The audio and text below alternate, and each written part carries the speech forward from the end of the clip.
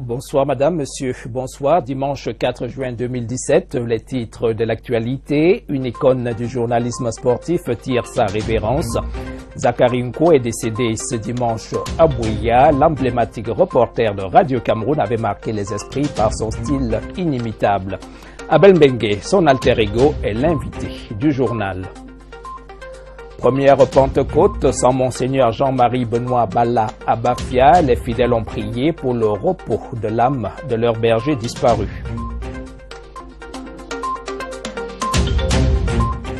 La Benoué fait des victimes à Garoua. 2 enfants ont été emportés par les eaux du fleuve ce samedi dans le chef-lieu de la région du Nord. Voilà pour les titres. Bienvenue au 20h30. Une icône du journalisme sportif quitte la scène. Zakari Nko n'est plus le célèbre reporter des années. Radio Cameroun s'est éteint tôt ce matin à Bouya, où il vivait entouré de sa famille depuis sa retraite de la CRTV.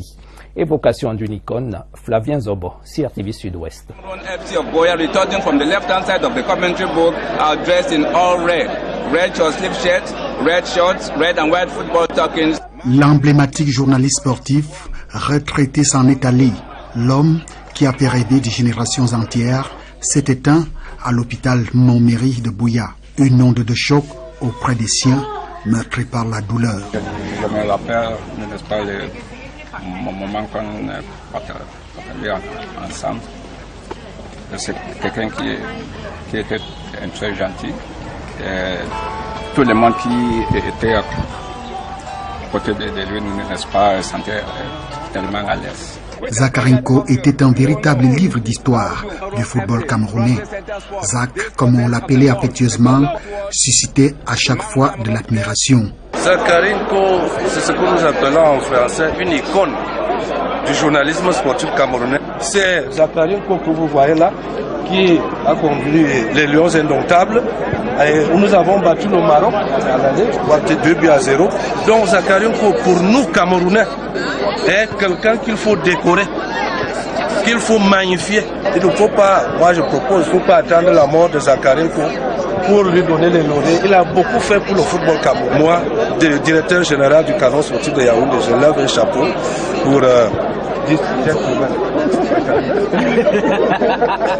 Il a commencé à m'encadrer de 1965 au collège jusqu'à jusqu'aujourd'hui. Le journaliste sportif a marqué son temps par son talent auprès de nombreux auditeurs de Radio Cameroun, CTV et CRTV. It is not late to go to the mortuary, avait-il coutume de dire. Explication, les portes de la morgue restent toujours ouvertes. Parole d'un sage dont on n'oubliera jamais. Le disparu est à l'origine de nombreuses vocations parmi les jeunes journalistes. Le duo qu'il formait avec Abel Mbengue, autre monstre sacré du journalisme sportif, est resté dans les mémoires. Raphaël Omkoa. La nouvelle nous accueille au saut du lit. La voix de l'enfance des millions de Camerounais s'est éteinte. Parce qu'elle touche tout le monde, c'est tout le monde qui s'en trouve bouleversé. La disparition de Zakari Nko rappelle aux footeux ces truculents commentaires qui avaient la force de nous coller à nos transistors et nous faire taper dans le ballon, ou plutôt dans la table.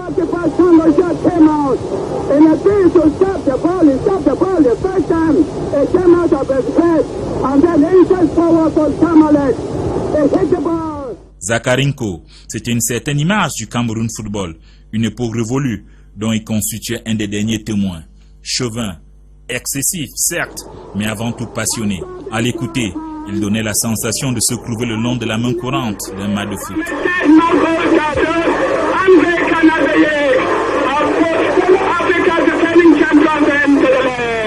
Ses commentaires étaient toujours empreints d'une grande franchise. Il pensait foot, il parlait le foot populaire, simple, avec amour et sincérité, bien loin du foot business et de la com lisse et aseptisée. Il n'avait pas besoin de tablettes graphiques ni de caméras loupe pour nous faire passer l'émotion du football, car il était un supporter avant tout, indécrottable, voire de mauvaise foi, selon les équipes sur le terrain. Il était toujours proche de nous, auditeurs. Il incarnait une vision patriotique, mais avec une grande connaissance du sport. Chaque match commenté par Zakari Nko était comme un match en sans compagnie. Il ne cherchait pas à meubler ou à vaincre une fausse joie ou une fausse tristesse. Il était vrai, il était nous, il parlait comme nous. La voix qui décrivait ce que tout le monde écoutait n'était qu'une valeur ajoutée, une sacrée valeur le concernant. Son désir d'éternité était ailleurs, dans un immense et fort attachement pour la balle ronde et son petit monde qu'il connaissait par cœur. Il était une survivance d'un autre temps où l'amitié et la fidélité, ces deux étendards, comptaient plus que tout. Sa voix, son rire et son sourire nous manquaient déjà. Salut l'artiste. Pionnier du commentaire sportif à la radio dans les années 70, à la suite de Peter Isoka et de Mac Nibo, Zakari Nko a marqué les esprits par un style qui lui était propre, une expression facile, des figures de style qui tranchent avec le langage sportif et des émotions que lui seul savait transmettre. Charlie Merinos Liatou a recueilli quelques réactions à la suite de son décès. Il est 15h30 à Yaoundé ce dimanche lorsque retentit sur les ondes du poste national le générique de Sports and Music. À la manette, Simon Lyonga Moulambe, qui hérite d'une émission dont l'un des pionniers est tombé aux premières heures de la matinée. They call him Zakari Nko. He died early today in Boya, the chieftain of the Southwest region. C'est vraiment difficile de parler de Zakari Nko dans des termes du passé. J'ai lancé l'émission tout à l'heure. Je me suis dit c'est un défi. Défi pourquoi? Parce que c'est Zakari Nko. Il fait partie des premiers à avoir présenté cette émission en anglais.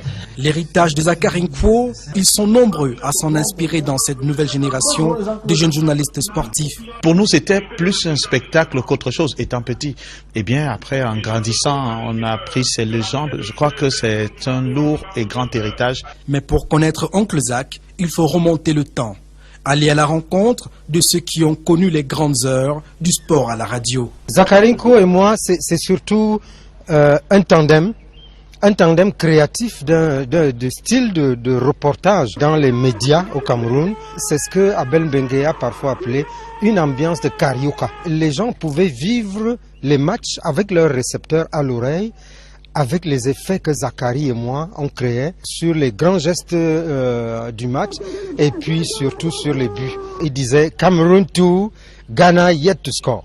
C'est un monument du football camerounais qui s'en va. Il était un peu assimilé au paysage footballistique du Cameroun. Son départ laisse un vide, une émotion que seuls les plus proches peuvent exprimer. J'étais vraiment atterré, mais ma tristesse est un peu modulée. Surtout par le fait que certains jeunes confrères ont rendu compte de la monumentalité de Zakari. Zakari Nko s'en va, ayant gravé dans les mémoires le souvenir intarissable d'un homme qui savait transmettre son feeling, qui a su marquer son temps par son art. Adieu, Oncle Zak. Le sport en ce temps-là, c'était la radio. La télévision n'avait pas encore fait irruption dans nos domiciles. Les grands rendez-vous sportifs du Cameroun, les grandes heures du sport camerounais étaient vécues à travers le transistor, étaient vécues à travers les voix des reporters. Abel Mbengue, autre monstre sacré du journalisme sportif, est dans ce studio pour évoquer un illustre disparu. Abel Mbengue, bonsoir. Bonsoir, mon cher ami. Comment avez-vous appris la nouvelle? C'est ce matin, un jeune confrère, Bonnet Philippe, m'appelle et me dit, m'annonce la nouvelle. Comme disait tout à l'heure Daniel, je suis abasourdi parce que c'est la nouvelle à laquelle je ne pouvais pas m'attendre pour le moment. Il y a quelques semaines, 2 semaines environ, le ministre de la Jeunesse organisait une fête à Yaoundé, au stade militaire, au terrain militaire, et un de ses collaborateurs m'appelle pour chercher le numéro de Zak. Je lui dis, bon, donne-moi le temps, et c'est un autre jeune collègue, un autre jeune compagnon de route, Geoff Ngwa, qui va me communiquer l'actuel numéro de Zak, parce que l'ancien n'existait plus. Et je l'appelle pour lui annoncer la nouvelle que le ministre de la Jeunesse a besoin de lui à Yaoundé. Moi, je dis pour une cérémonie, comme d'habitude, tu peux venir. Et il arrive, mais avant, il me demande si je peux lui trouver la photo, notre photo à l'Ancien Palais en 1981. Je lui dis, écoute Zak, je vais chercher. C'est moi, les archives, c'est pas mon fort. Je vais chercher, mais quand tu seras à Yaoundé, je vais essayer de se satisfaire comme d'habitude. Et il arrive à Yaoundé, malheureusement pour moi, je n'ai pas assisté à cette fête du terrain militaire compte tenu de mon calendrier de moment. Et on s'est plus revus. Voilà. Jusqu'à la triste nouvelle. Triste nouvelle. D'autant plus que nous ne nous sommes jamais séparés. Vous savez, les ombres disparaissent facilement. Zach était pour moi comme un jumeau, un siamois de micro. Parce que, maintenant je peux le dire aux gens, j'ai eu beaucoup de compagnons dans le tandem bilingue. Alors qu'est-ce qui a fait votre complicité justement? Mais la complicité, c'était des grandes épopées. Les grandes épopées, je crois que ça commence avec les grandes victoires de l'équipe nationale de football. Ça commence aussi par cette joyeuse complicité, n'est-ce pas? Nullement nos regards ne se sont dérangés. Il y a eu l'épopée de Kinshasa, Canon Bilima. Il y a surtout eu l'épopée de Kinshasa, il y a eu Bendel Insurance, où, avec le canon toujours, il y a eu des morts à Bendel, parce que les gens l'oublient un peu. Et il y a eu la finale de 1986 au Caire, où une finale épique. Je me demande ce qui serait advenu si le Cameroun avait gagné cette finale. Peut-être que l'Égypte se serait écroulée. Voilà mais il n'y a pas eu que le football, il y a eu les tours cyclistes du Cameroun, Joseph Kono et ses victoires. Je vais vous raconter le tour cycliste, c'est mon ami Albert Mbida qui peut vous raconter mieux l'épopée du tour cycliste de 1976, où Zach et moi excellons encore une fois, et où déjà on étale notre polyvalence, parce qu'on pense que le reporter sportif se limitait uniquement au football. Non. Il y a eu le cyclisme, il y a eu le handball, il y a eu le volleyball, la boxe. Il y a eu la boxe avec des grands combats de Joseph Bessala, n'est-ce pas, avec Mébé. Il y a eu le tennis avec Yannick Noah, n'est-ce pas, en face de la maison de la radio. C'est autant de faits majeurs, autant de faits héroïques qu'avec Zach, nous avons essayé de cerner et de donner envie aux Camerounais d'aimer le sport, d'aimer les disciplines sportives. Alors, étiez-vous des stars à cette époque, comme le sont aujourd'hui certains journalistes? Non, nous ne connaissons pas le mot star, je l'avoue. Même aujourd'hui, vous n'allez pas me dire que je suis une star. Elles sont des stars à la jeunesse. Juste un monument emblématique du reportage sportif. Juste des emblèmes, je crois, juste des emblèmes. Je vais vous raconter, Zach, ce n'était pas seulement le reporter sportif, la voix du reporter, c'était la voix en majuscule. La voix en majuscule, cette voix enivrante, cette voix tonique, cette voix poétique, mais surtout cette voix d'autorité. Parce que c'est ce qui manque aujourd'hui. On peut avoir une belle voix, on peut avoir une belle plume, mais il faut que celle-ci soit des plumes et des voix d'autorité. Et Zach, c'était ça, et avec lui, nous avons combattu beaucoup de choses. Je vais vous raconter une anecdote. L'épopée du canon à Kinshasa, parce que j'ai entendu tout à l'heure quelqu'un dire qu'il faut le décorer. Non, Zach est mort, chevalier de l'ordre de la valeur. Il avait reçu la reconnaissance de la nation longtemps avant sa disparition. Par le président de la République lui-même, à l'ancien palais. En 1981. En 1980, l'épopée du canon. Et pourquoi cette épopée du canon? Parce que lorsque ça arrive, eh bien, Noah, Daniel et lui sont au Caire. Et moi, je suis de permanence à Yaoundé. Il faut maintenant qu'on choisisse ces gens. Et je les mets. Je leur dis, bon, venez vite, parce que vous devez aller à Kinshasa. Et Noah de me demander, mais pourquoi moi, tu es sur place? Je dis non, venez. À Kinshasa, on arrive, ils arrivent un jeudi, moi j'arrive un dimanche, par un vol spécial affrété par la direction des sports, et grâce à l'amitié de Issa Hayatou et du ministre Ngongan Wandji. On me demande, à la fin du match, on rentre, et je dois être décoré. On m'appelle au palais, je dis non, moi je ne peux pas l'accepter, je n'étais pas en mission. Je n'étais pas en mission, c'est Daniel Noah, Daniel Anissé et Zach qui est en mission. On me dit, mais non, c'est toi qu'on a beaucoup plus écouté, on sait ce que tu as fait. Je dis, je n'accepterai pas d'être décoré sans eux. Et c'est comme ça que Zach va être décoré avec Daniel Anissé Noah. Ce seront les premières médailles des reporters sportifs dans l'histoire des reporters sportifs, chevalier de l'Ordre national de la valeur. Alors, Abel Mbengue, lorsque vous observez le paysage médiatique camerounais, Zakari Nko a-t-il un successeur parmi les journalistes sportifs? D'abord, on ne succède pas au monument. On ne succède pas au monument. Excusez le manque de modestie ou d'humilité. Comment on peut succéder à Zakarinko, hein? On est là depuis Marc Viban, depuis Jomon Kevin que j'ai suivi tout à l'heure, mais avant cette jeune génération, il y a eu les Gideon Tataka, il y a eu les Ademoma, il y a eu les Geoffroy, autant d'aînés qui sont passés par là, et qu'aujourd'hui, le destin est fait en sorte que c'est le tandem Aben Bengue, le tandem Bilem Aben Bengue et Zakarinko qui a été un tandem héroïque. Eh bien, c'est pas un fait de hasard. C'est peut-être le destin. Je le dis souvent aux gens, tout dépend du destin. Tout vient du destin. Dernier arrêt Aben Bengue, brièvement, Addis Abeba, il y a 1 mois ou 2 mois, l'élection du président de la CAF, la défaite, la mine des confites d'Aben Bengue. Que devenez-vous? Vous m'avez vu la mine des confites, c'est tant mieux si vous m'avez vu là. Non, je crois que tout ça est oublié maintenant, surtout qu'il y a eu des péripéties qui sont laides, qu'il ne faut pas remémorer. Addis Abeba est derrière nous. Notre bonheur, c'est que le Cameroun, à l'image de son chef, le président de la République, Paul Biya, l'a prouvé encore il y a quelques jours, en portant Ayatou à la tête du conseil d'administration. Donc, c'est oublié depuis. Il y a comme un réconfort, n'est-ce pas, alors qu'on se rend compte qu'on n'est pas oublié par les siens et par sa République. Merci Abel Bengue d'avoir répondu à notre invitation. C'est moi qui vous remercie.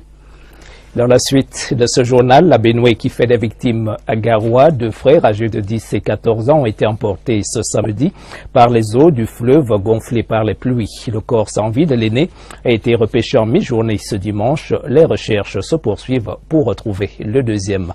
Bouba Soussia, CRTV Nord.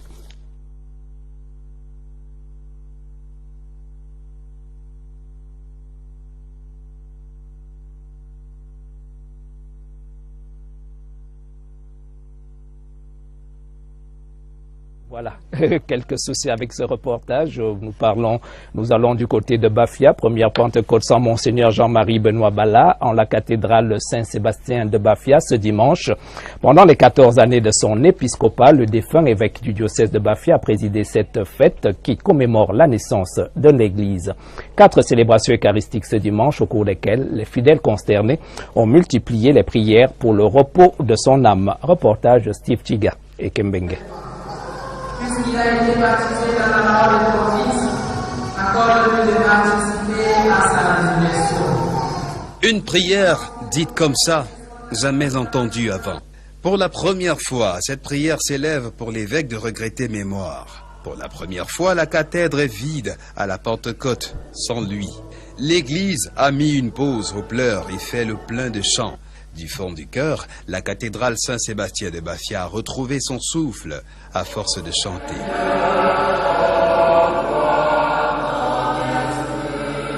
Les fidèles, revêtus du pouvoir de l'Esprit Saint consolateur, veulent surmonter la douleur avec les ailes de la foi et affronter cette absence désormais éternelle de l'évêque. Ça pèse, c'est beaucoup de mois. Il y a peu de temps, nous perdions notre père recteur.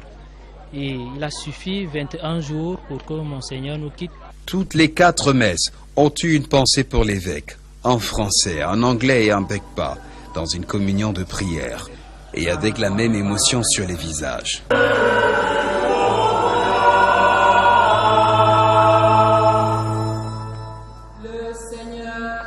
Les fidèles ont la tête aux prières pour l'évêque, comme il y en aura tous les 18 heures au cours des messes consacrées à lui jusqu'à ses obsèques. Intention de prière bien guidée. Tout notre souhait pour notre pasteur dévoué, c'est que le Seigneur lui accorde effectivement la récompense qu'il garde, qu'il réserve à ses élus, qu'il puisse actuellement contempler, n'est-ce pas, son visage et sa gloire. Et pour nous qui cheminons encore, pour nous qui sommes pèlerins, qui deviennent, n'est-ce pas, intercesseurs. Prière pour essuyer les douleurs silencieuses et les larmes qui coulent dans les cœurs. Message d'amour et de paix en ce dimanche de Pentecôte dans les églises de Marois, région de l'extrême nord. Nicole Massa ici, RTV Extrême Nord. Ils sont en joie à la cathédrale Notre-Dame de l'Assomption de Funangue. Les fidèles débordent de l'Esprit Saint. Une nouvelle onction, signe de l'accomplissement de la promesse du Christ avant son ascension qui rassure les chrétiens. Il y a eu une neuvaine avant la fête et à la fin dont nous pouvons écrire les 7 dons de l'Esprit Saint. La charité, la maîtrise de soi. Compte vivre dans le Saint-Esprit et dans la droiture pour aller vers le Seigneur. Comme les apôtres, ils sont appelés à utiliser un langage d'amour attestant de la présence effective de ce Saint-Esprit reçu ce jour. Je voudrais inviter les chrétiens aujourd'hui à savoir que Dieu les aime et Dieu les invite à aimer les autres. Et cet amour n'est pas un amour en l'air, mais c'est un amour concret, c'est-à-dire faire le bien pour tous. Ici, c'est plutôt une mission qui a été assignée aux fidèles, celle d'être des propagateurs de la bonne nouvelle dans leur communauté en ayant pour bouclier et muse le Saint-Esprit qui les guidera jusqu'à l'avènement de Jésus-Christ. Retour sur cette disparition tragique du côté de Garoua. 2 frères âgés de 10 et 14 ans ont été emportés ce samedi par les eaux de la Benoué gonflées par les pluies. Le corps sans vie de l'aîné a été repêché en mi-journée ce dimanche. Les recherches se poursuivent pour retrouver le deuxième, Bouba Soussia, CRTV Nord. Au lieu du mont des Oliviers à Bouclé, que les 2 frères, Bouba 14 ans, Arthur 10 ans et leurs camarades sont venus prendre part à une partie de nage. Les enfants nous affirment qu'ils sont venus nager tous les 4. À un moment donné, ils ont voulu aller plus loin. Le petit qui les a amenés à la nage leur a signalé que ce côté est un peu profond, donc il ne s'hasarde pas là. Et l'autre a dit non, c'est pas difficile, c'est pas compliqué, il sait nager.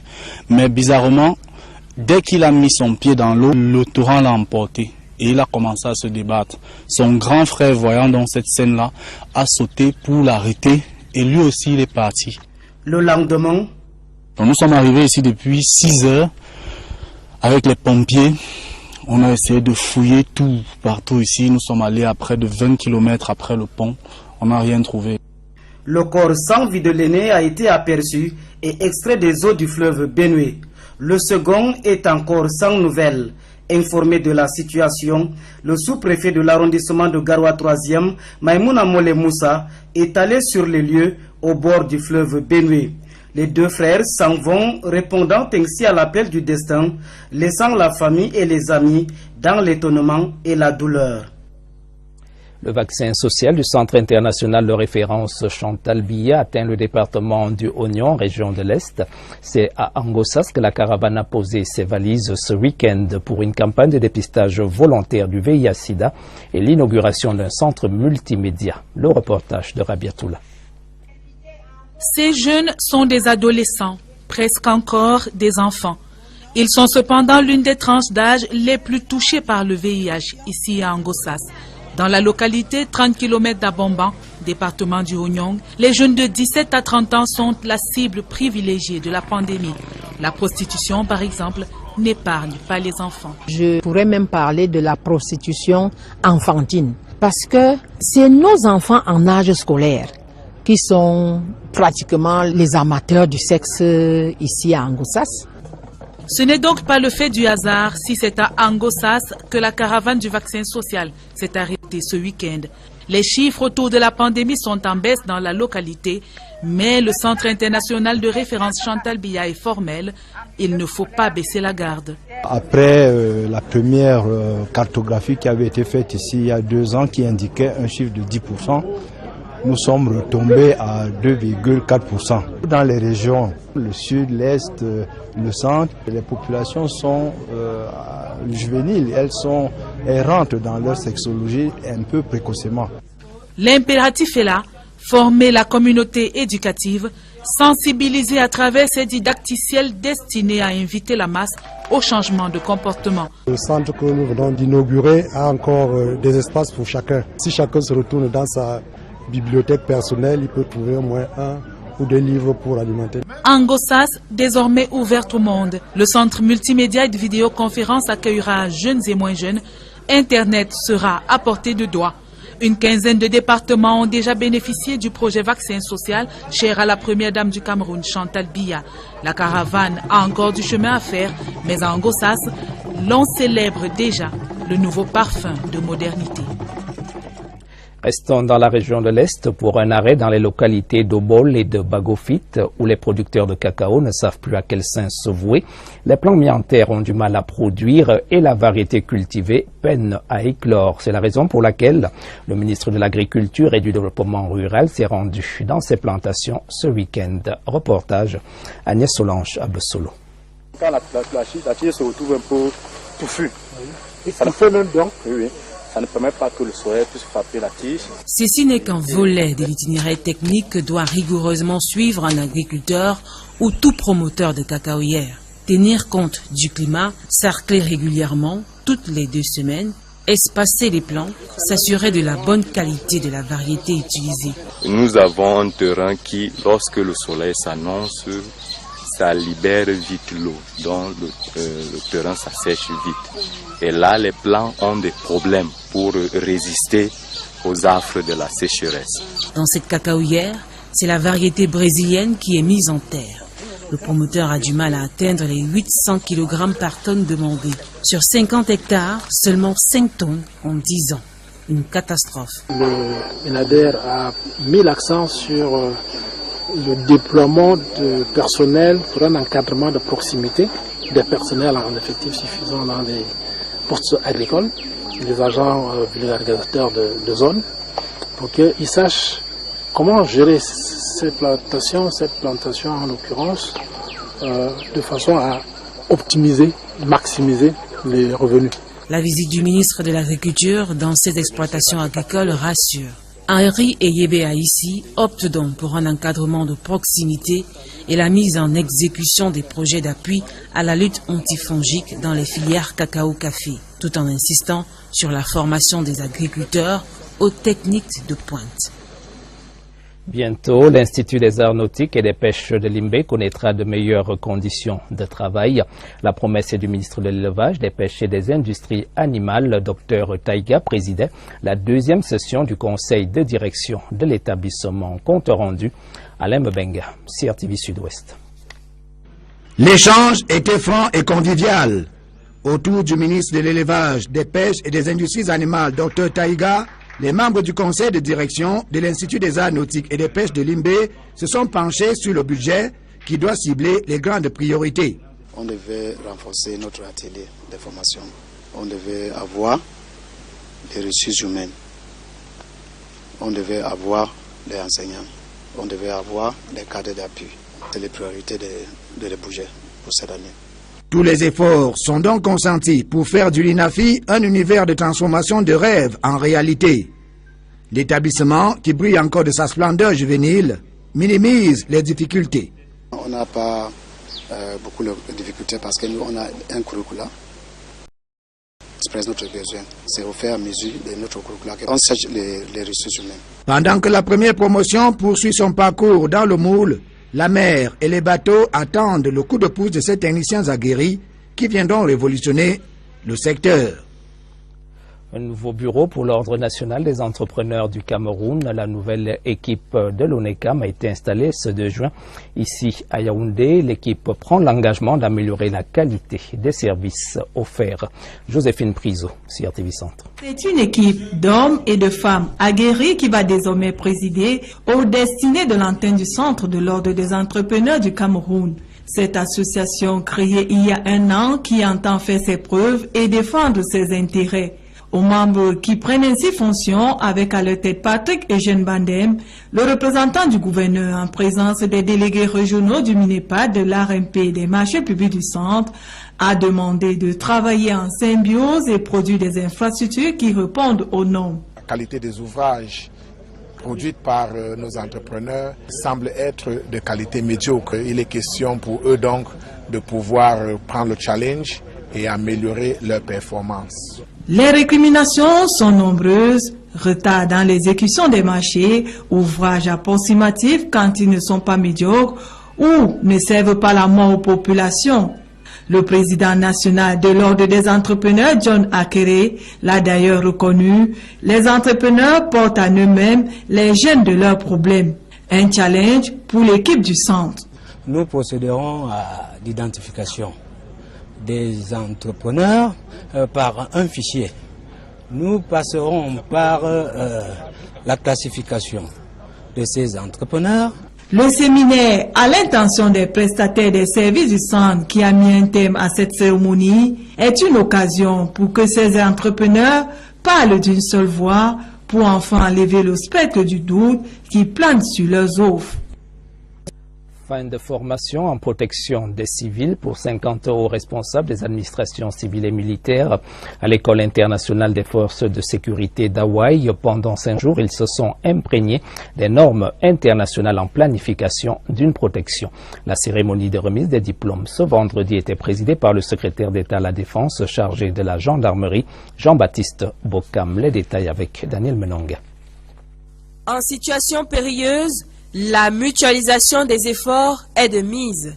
L'insécurité ambiante bouscule les habitudes des bureaucrates, bien obligés de se parer pour d'éventuels conflits armés. Et chaque fonctionnaire, dans son domaine, est important. Pour nous, au ministère de l'administration territoriale, précisément à la direction de la protection civile, nous avons appris comment est-ce que nous pouvons nous comporter dans les camps de réfugiés ou les camps de déplacés, sur le plan psychologique, alimentaire et moral. Ils sont 46 travailleurs des ministères de l'administration territoriale, de la décentralisation, des affaires sociales, des relations extérieures, de la justice, des forêts et de la faune, de la communication, de la gendarmerie et de la sûreté nationale. Les séminaristes constituent la deuxième promotion du stage de formation sur la protection des civils pendant les opérations de maintien de la paix. Cette formation vient à point nommé. Nous avons eu à l'extrême nord une attaque kamikaze de Boko Haram qui a fait 11 victimes. En dehors des 2 kamikazes, les 9 autres ou un peu plus ne sont que des civils. Cela vient encore nous rappeler que nous devons prendre des mesures importantes pour protéger les civils qui sont de plus en plus victimes. Après 5 jours de formation, l'État et son partenaire, la coopération japonaise, sont satisfaits de la qualité du travail. Il ne reste plus qu'à appliquer tous ces enseignements sur le théâtre des opérations. La copropriété immobilière entre progressivement dans le vécu en milieu urbain, mais la cohabitation n'est pas toujours un long fleuve tranquille. Malgré la loi promulguée il y a quelques années, les droits et les devoirs des copropriétaires ne sont toujours pas compris de tous.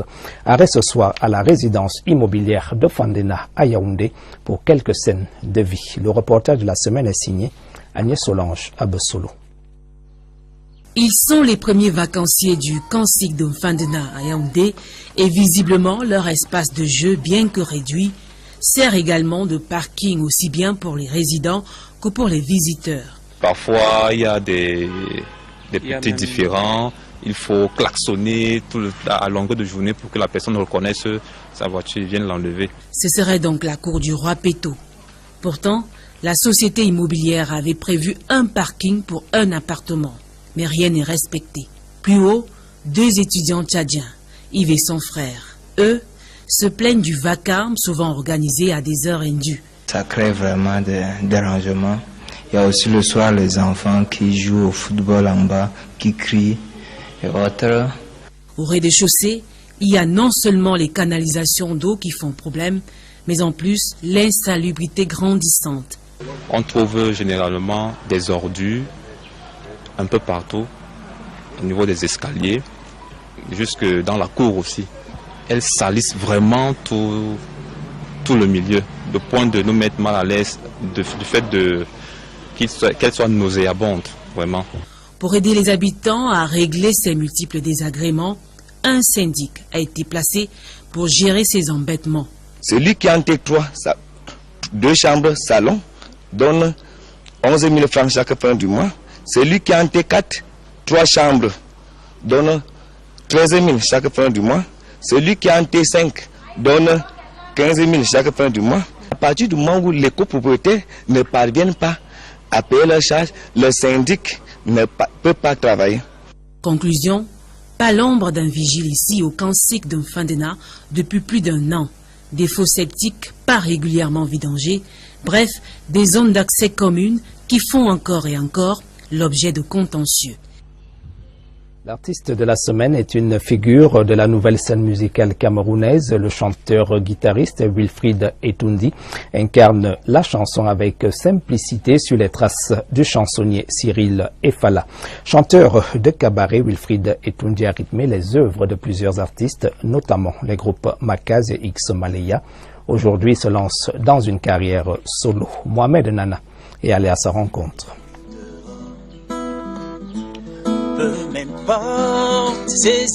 Une voix chaude et une guitare magique. Deux instruments que Wilfried accorde avec maestria. 30 ans aujourd'hui que ce chanteur-guitariste en chante. Ses premières émotions musicales, il les connaît à l'âge de 13 ans. Tout petit, il voyait déjà grand. J'ai écouté des Messi Martin, j'ai écouté Bois-le-Thym, j'ai écouté Zanzibar, j'ai écouté Francis Cabrel, j'ai écouté George Benson, Dire Straits, j'ai écouté, moi j'écoute de tout. Osmose parfaite entre l'artiste et sa guitare, désormais une partie de lui. Wilfried, puissant dans ses textes, qu'il accompagne avec des accords de guitare. La musique, tout le temps, danser. J'ai rien contre, mais on ne peut pas danser tout le temps. On ne peut pas faire la fête tout le temps. On peut aussi écouter du texte. On peut aussi s'inspirer, simplement être couché là et se laisser porter par la musique. Ces qualités ont rythmé certains groupes d'artistes de la scène camerounaise, Makaz et X Malaya notamment. Aujourd'hui, le guitariste de cabaret veut changer de note tout en restant dans la gamme. Sortir de l'ombre des autres artistes pour la lumière des projecteurs. Dans les bacs, son premier album, Bal intérieur, une valse de ses joies et de ses tribulations. Mais au-delà, un album reflet de la société. Les thèmes sont tout ce qu'on trouve dans la vie. La force, le courage, la détermination, la haine, l'amour, la peur. Tout ce qu'un être peut vivre. Un album qui pourrait bien donner des ailes à sa carrière. Wilfried et sa guitare seront sur scène pour une soirée hommage à un guitariste à texte décédé. Cyril Efala, auteur du titre Monsieur l'abbé. Cyril Efala, le chansonnier, était quelqu'un de très exigeant dans son texte, dans sa musique. Vendredi 9 prochain, je lui rendrai hommage, comme je peux, à la Case des Arts. La musique, sa passion, Wilfried veut en faire un métier. Mimbo, Yolande Claire repose pour l'éternité à Mebem par San Melima. L'ingénieur en service à la CRTV, décédé le 22 mai dernier, a été accompagné ce samedi à sa dernière demeure par de nombreux collègues, amis et parents, dont le représentant du directeur général de la CRTV. Le reportage de Carré Cessiane. Des cris de chagrin déchirent la forêt du village Mebem lorsque la terre de ses ancêtres se referme sur la dépouille de Mimbo Yolande Claire. L'affliction est à la taille de la disparue. Cet ingénieur en service à la CRTV depuis 13 ans laisse une famille, des amis et des collègues ébranlés. Pour avoir connu son parcours, je dirais tout simplement que c'est triste. Parce que Yolande était une battante, une travailleuse. Elle a marqué son passage à la CRTV. Et c'est ce que nous retenons. Yolande Mimbo, c'était l'une de mes proches collaboratrices au crawl, au journal en continu. Elle était vraiment un être exceptionnel, très sage, toujours avisé, toujours en train de donner des conseils, moi qui étais son chef. Pour Yolande, qui aurait fêté son 43e anniversaire dans 2 jours, le répertoire de qualité s'égrène au fil des témoignages qui encensent ses dimensions sociales et spirituelles. C'est une grande fête pour nous. Nous ne faisons que commencer le deuil et nous le vivons pendant très longtemps. Yolande et moi, on se connaît depuis près de 30 ans. Donc c'est une fille qui m'a beaucoup marquée par ses valeurs spirituelles très profondes parce qu'elle était pratiquante. Yolande pouvait se lever, elle pouvait faire des quarts de prière d'1 heure, 2 heures pour implorer la miséricorde de Dieu, les grâces de Dieu. Après tout juste 5 jours de maladie, Yolande Mimbo s'en est allée le 22 mai 2017 auprès de celui qu'elle aura servi toute sa vie, le Seigneur. Mamayo, comme l'appelaient les intimes, le directeur général de la CRTV et tout son personnel te disent au revoir. La 25e édition du Challenge Cameroun s'est ouverte ce samedi à Rettlingen, près de Stuttgart, au sud de l'Allemagne. Le Challenge est un rassemblement annuel des Camerounais vivant en Allemagne qui, à travers des activités culturelles, sportives et un forum économique, réfléchissent sur leur contribution au développement du Cameroun. Le reportage de Joseph-Emmanuel Bana, envoyé spécial de la CRTV à Stuttgart. C'est sans aucun doute l'activité qui remporte le plus grand succès au Challenge camerounais. La foire gastronomique. Ici, l'on retrouve quasiment tous les mets qui caractérisent la cuisine camerounaise. Seulement, ici, nous sommes en Allemagne. Et ce rendez-vous qui permet de se souvenir des saveurs du Cameroun est d'abord une occasion de rencontre des compatriotes qui ne se sont pas vus depuis longtemps. On est tout le temps occupé, on est tout le temps dans nos, on va dire, le train-train quotidien. Donc on n'a pas trop l'occasion de rencontrer nos compatriotes. Donc je pense que ça c'est une opportunité vraiment de voir ce qui se passe déjà dans la diaspora camerounaise en Europe. Le challenge aujourd'hui est devenu une marque déposée de la diaspora camerounaise ici en Allemagne. Et on le remarque aujourd'hui avec ce qui a été préparé pour cette diaspora très active. Plusieurs articulations sous la supervision de Jean-Marc Mpaï, l'ambassadeur du Cameroun en Allemagne, meublent ce rendez-vous de 4 jours. Des manifestations sportives et culturelles et surtout un cadre de réflexion à travers le Business and Social Forum qui permet à la diaspora de réfléchir sur son apport au développement du Cameroun. Le Cameroun gagnerait mieux à mieux structurer cette diaspora, ces efforts qui sont faits pour le moment de façon individuelle, de mieux les structurer pour pouvoir mieux encadrer tout cet élan. La diaspora camerounaise en Allemagne est l'une des plus grandes, des plus dynamiques. C'est une diaspora évidemment qui peut contribuer énormément au développement du Cameroun. 4 jours donc pour enrichir cette réflexion.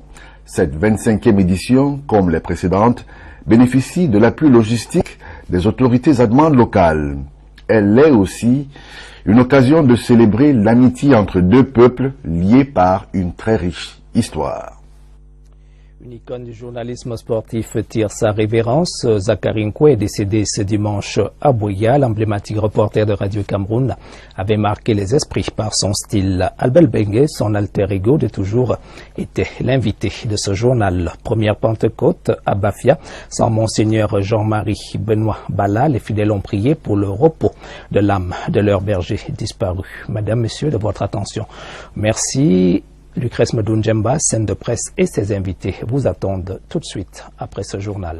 Bonsoir.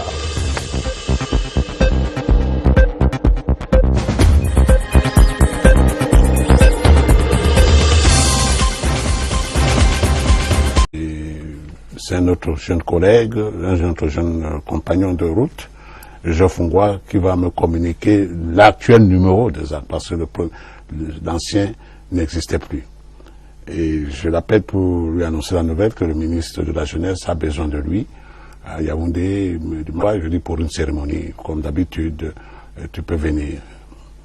Et il arrive, mais avant il me demande si je peux lui trouver la photo, notre photo à l'Ancien Palais en 1981. Je lui dis, écoute Zach, je vais chercher. C'est moi, les archives, c'est pas mon fort. Je vais chercher, mais quand tu seras à Yaoundé, je vais essayer de se satisfaire comme d'habitude. Et il arrive à Yaoundé, malheureusement pour moi, je n'ai pas assisté à cette fête du terrain militaire compte tenu de mon calendrier de moment. Et on ne s'est plus revu. Voilà. Jusqu'à la triste nouvelle. Triste nouvelle. D'autant plus que nous ne nous sommes jamais séparés. Vous savez, les ombres disparaissent facilement. Zach était pour moi comme un jumeau, un siamois de micro. Parce que maintenant, je peux le dire aux gens, j'ai eu beaucoup de compagnons dans le tandem bilingue. Alors, qu'est-ce qui a fait votre complicité, justement? Mais la complicité, c'était les grandes épopées. Les grandes épopées, je crois que ça commence avec les grandes victoires de l'équipe nationale de football. Ça commence aussi par cette joyeuse complicité, n'est-ce pas? Nullement nos regards ne se sont dérangés. Il y a eu l'épopée de Kinshasa, Canon Bilima. Il y a surtout eu l'épopée de Kinshasa, il y a eu Bendel Insurance, où, avec le canon toujours, il y a eu des morts à Bendel, parce que les gens l'oublient un peu. Et il y a eu la finale de 1986 au Caire, ou une finale épique. Je me demande ce qui serait advenu si le Cameroun avait gagné cette finale. Peut-être que l'Égypte se serait écroulée. Voilà Mais il n'y a pas eu que le football, il y a eu les tours cyclistes du Cameroun, Joseph Kono et ses victoires. Je vais vous raconter du tour cycliste, c'est mon ami Albert Mbida qui peut vous raconter mieux l'épopée du tour cycliste de 1976, où Zach et moi excellons encore une fois, et où déjà on étale notre polyvalence, parce qu'on pense que le reporter sportif se limitait uniquement au football. Non. Il y a eu le cyclisme, il y a eu le handball, il y a eu le volleyball, la boxe. Il y a eu la boxe avec des grands combats de Joseph Bessala, n'est-ce pas, avec Mébé. Il y a eu le tennis avec Yannick Noah, n'est-ce pas, en face de la maison de la radio. C'est autant de faits majeurs, autant de faits héroïques qu'avec Zach, nous avons essayé de cerner et de donner envie aux Camerounais d'aimer le sport, d'aimer les disciplines sportives. Alors, étiez-vous des stars à cette époque, comme le sont aujourd'hui certains journalistes? Non, nous ne connaissons pas le mot star, je l'avoue. Même aujourd'hui, vous n'allez pas me dire que je suis une star. Elles sont des stars à la jeunesse. Juste un monument emblématique du reportage sportif. Juste des emblèmes, je crois, juste des emblèmes. Je vais vous raconter, Zach, ce n'était pas seulement le reporter sportif, la voix du reporter, c'était la voix en majuscule. La voix en majuscule, cette voix enivrante, cette voix tonique, cette voix poétique, mais surtout cette voix d'autorité. Parce que c'est ce qui manque aujourd'hui. On peut avoir une belle voix, on peut avoir une belle plume, mais il faut que celle-ci soit des plumes et des voix d'autorité. Et Zach, c'était ça, et avec lui, nous avons combattu beaucoup de choses. Je vais vous raconter une anecdote. L'épopée du canon à Kinshasa, parce que j'ai entendu tout à l'heure quelqu'un dire qu'il faut le décorer. Non, Zach est mort, chevalier de l'ordre de la valeur. Il avait reçu la reconnaissance de la nation, décoré par le président de la République lui-même, à l'ancien palais. En 1981. En 1980, l'épopée du canon. Et pourquoi cette épopée du canon? Parce que lorsque ça arrive, eh bien, Noah, Daniel et lui sont au Caire. Et moi, je suis de permanence à Yaoundé. Il faut maintenant qu'on choisisse ces gens. Et je les mets. Je leur dis, bon, venez vite, parce que vous devez aller à Kinshasa. Et Noah de me demander, mais pourquoi moi, tu es sur place? Je dis non, venez. À Kinshasa, ils arrivent un jeudi, moi j'arrive un dimanche, par un vol spécial affrété par la direction des sports, et grâce à l'amitié de Issa Hayatou et du ministre Ngongan Wandji. On me demande, à la fin du match, on rentre, et je dois être décoré. On m'appelle au palais, je dis non, moi je ne peux pas l'accepter, je n'étais pas en mission. Je n'étais pas en mission, c'est Daniel Noah, Daniel Anissé et Zach qui est en mission. On me dit, mais non, c'est toi qu'on a beaucoup plus écouté, on sait ce que tu as fait. Je dis, je n'accepterai pas d'être décoré sans eux. Et c'est comme ça que Zach va être décoré avec Daniel Anissé Noah. Ce seront les premières médailles des reporters sportifs dans l'histoire des reporters sportifs, chevalier de l'Ordre national de la valeur. Alors, Abel Mbengue, lorsque vous observez le paysage médiatique camerounais, Zakari Nko a-t-il un successeur parmi les journalistes sportifs? D'abord, on ne succède pas au monument. On ne succède pas au monument. Excusez le manque de modestie ou d'humilité. Comment on peut succéder à Zakari Nko? On est là depuis Marc Viban, depuis Jomon Kevin que j'ai suivi tout à l'heure, mais avant cette jeune génération, il y a eu les Gideon Tataka, il y a eu les Ademoma, il y a eu les Geoff Ngwa, autant d'aînés. Bonsoir madame, monsieur, bonsoir. Dimanche 4 juin 2017, les titres de l'actualité. Une icône du journalisme sportif tire sa révérence. Zakari Nko est décédé ce dimanche à Bouya. L'emblématique reporter de Radio Cameroun avait marqué les esprits par son style inimitable. Abel Mbengue, son alter ego, est l'invité du journal. Première Pentecôte, sans Monseigneur Jean-Marie Benoît Bala à Bafia, les fidèles ont prié pour le repos de l'âme de leur berger disparu.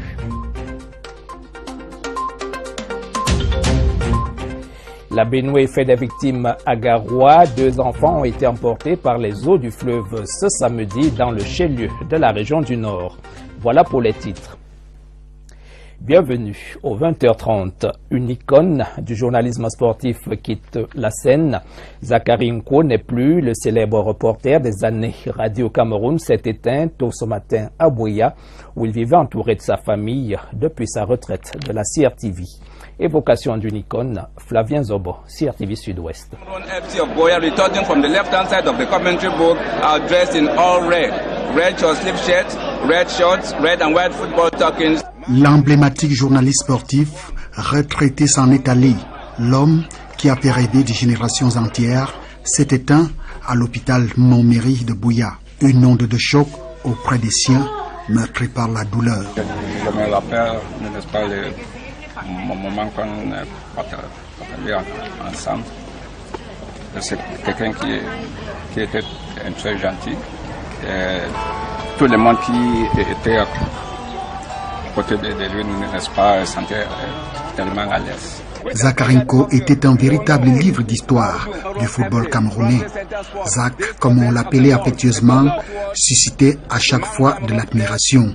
Zakari Nko, c'est ce que nous appelons en français une icône du journalisme sportif camerounais. C'est Zakari Nko que vous voyez là, qui a conduit les Lions indomptables, où nous avons battu le Maroc à l'aller, 2-0. Donc Zakari Nko, pour nous Camerounais, est quelqu'un qu'il faut décorer, qu'il faut magnifier. Il ne faut pas, moi je propose, il ne faut pas attendre la mort de Zakari Nko pour lui donner les lauriers. Il a beaucoup fait pour le football camerounais. Moi, directeur général du canon sportif de Yaoundé, je lève un chapeau pour Il a commencé à m'encadrer de 1965 au collège jusqu'à aujourd'hui. Le journaliste sportif a marqué son temps par son talent auprès de nombreux auditeurs de Radio Cameroun, CTV et CRTV. It is not late to go to the mortuary, avait-il coutume de dire. Explication.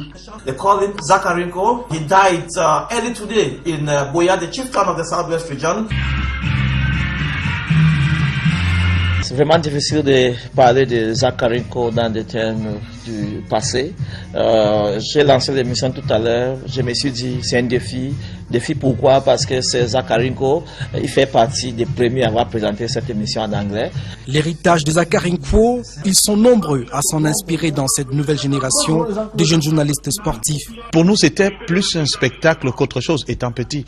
Et bien, après, en grandissant, on a appris ces légendes. Je crois que c'est un lourd et grand héritage. Mais pour connaître Oncle Zak, il faut remonter le temps. Aller à la rencontre de ceux qui ont connu les grandes heures du sport à la radio. Zakari Nko et moi, c'est surtout un tandem créatif de style de reportage dans les médias au Cameroun. C'est ce que Abel Mbengue a parfois appelé une ambiance de carioca. Les gens pouvaient vivre les matchs avec leurs récepteurs à l'oreille, avec les effets que Zakari et moi on créé sur les grands gestes du match et puis surtout sur les buts. Il disait Cameroun 2, Ghana yet to score. C'est un monument du football camerounais qui s'en va. Il n'était un peu assimilé au paysage footballistique du Cameroun. Son départ laisse un vide, une émotion que seuls les plus proches peuvent exprimer. J'étais vraiment atterré, mais ma tristesse est un peu modulée. Surtout par le fait que certains jeunes confrères ont rendu compte de la monumentalité de Zakari. Zakari Nko s'en va, ayant gravé dans les mémoires le souvenir intarissable d'un homme qui savait transmettre son feeling, qui a su marquer son temps par son art. Adieu, Oncle Zak. Le sport en ce temps-là, c'était la radio. La télévision n'avait pas encore fait irruption dans nos domiciles. Les grands rendez-vous sportifs du Cameroun, les grandes heures du sport camerounais étaient vécues à travers le transistor, étaient vécues à travers les voix des reporters. Abel Mbengue, autre monstre sacré du journalisme sportif, est dans ce studio pour évoquer un illustre disparu. Abel Mbengue, bonsoir. Bonsoir, mon cher ami. Comment avez-vous appris la nouvelle? C'est ce matin, un jeune confrère, Bonnet Philippe, m'appelle et me dit m'annonce la nouvelle. Comme disait tout à l'heure Daniel, je suis abasourdi parce que c'est la nouvelle à laquelle je ne pouvais pas m'attendre pour le moment. Il y a quelques semaines, 2 semaines environ, le ministre de la Jeunesse organisait une fête à Yaoundé, au stade militaire, au terrain militaire, et un de ses collaborateurs m'appelle pour chercher le numéro de Zach. Je lui dis, bon, donne-moi le temps. Les portes de la morgue restent toujours ouvertes. Parole d'un sage dont on n'oubliera jamais. Le disparu est à l'origine de nombreuses vocations parmi les jeunes journalistes. Le duo qu'il formait avec Abel Mbengue, autre monstre sacré du journalisme sportif, est resté dans les mémoires. Raphaël Omkoa.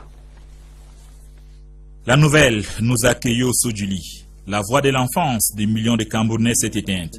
Parce qu'elle touche tout le monde, c'est tout le monde qui s'en trouve bouleversé.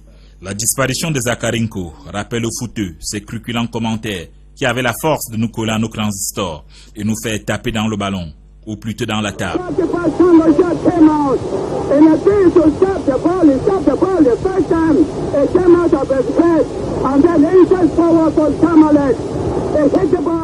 Zakarinko, c'était une certaine image du Cameroun football, une époque révolue dont il constituait un des derniers témoins. Chauvin, excessif, certes, mais avant tout passionné. À l'écouter, il donnait la sensation de se trouver le long de la main courante d'un match de foot.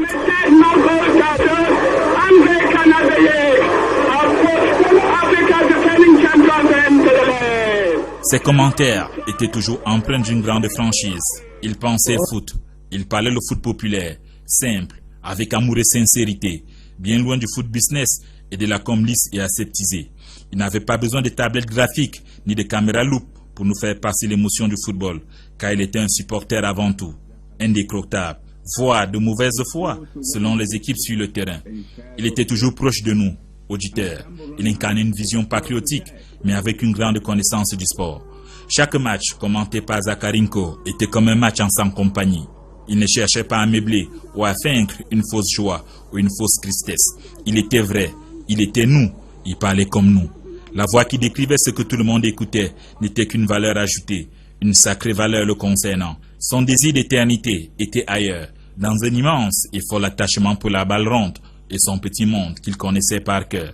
Il était une survivance d'un autre temps où l'amitié et la fidélité, ces deux étendards, comptaient plus que tout. Sa voix, son rire et son sourire nous manquaient déjà. Salut l'artiste. Pionnier du commentaire sportif à la radio dans les années 70, à la suite de Peter Isoka et de Mac Nibo, Zakarinko a marqué les esprits par un style qui lui était propre, une expression facile, des figures de style qui tranchent avec le langage sportif et des émotions que lui seul savait transmettre. Charlie Merinos-Liatou a recueilli quelques réactions à la suite de son décès. Il est 15h30 à Yaoundé ce dimanche lorsque retentit sur les ondes du poste national le générique de Sports and Music. À la manette, Simon Lyonga Moulambe, qui hérite d'une émission dont l'un des pionniers est tombé aux premières heures de la matinée.